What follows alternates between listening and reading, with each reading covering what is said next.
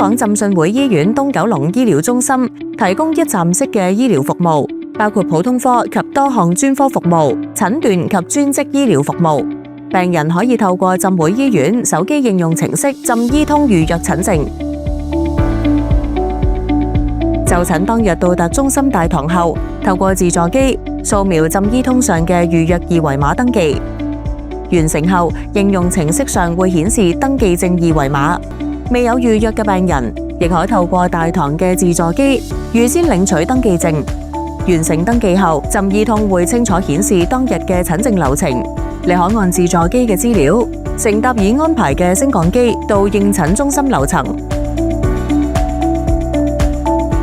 到達相應樓層嘅接待處後，病人需要向職員出示浸醫通上嘅登記證，以便核對身份。完成簡單登記後，就可以等候職員安排進行評估。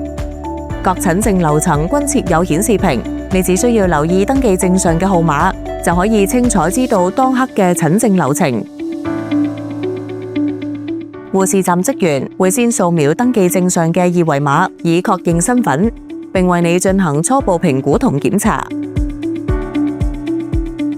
完成評估後，可以留意顯示屏上嘅號碼，等待醫生診治。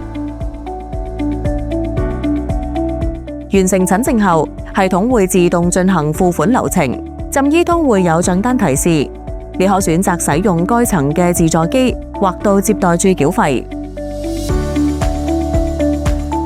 完成付款後，屆時浸醫通會提示你到該層嘅領藥處或接待處取藥，職員會再次核對你嘅登記證，確認身份。取藥後就完成整個診症流程。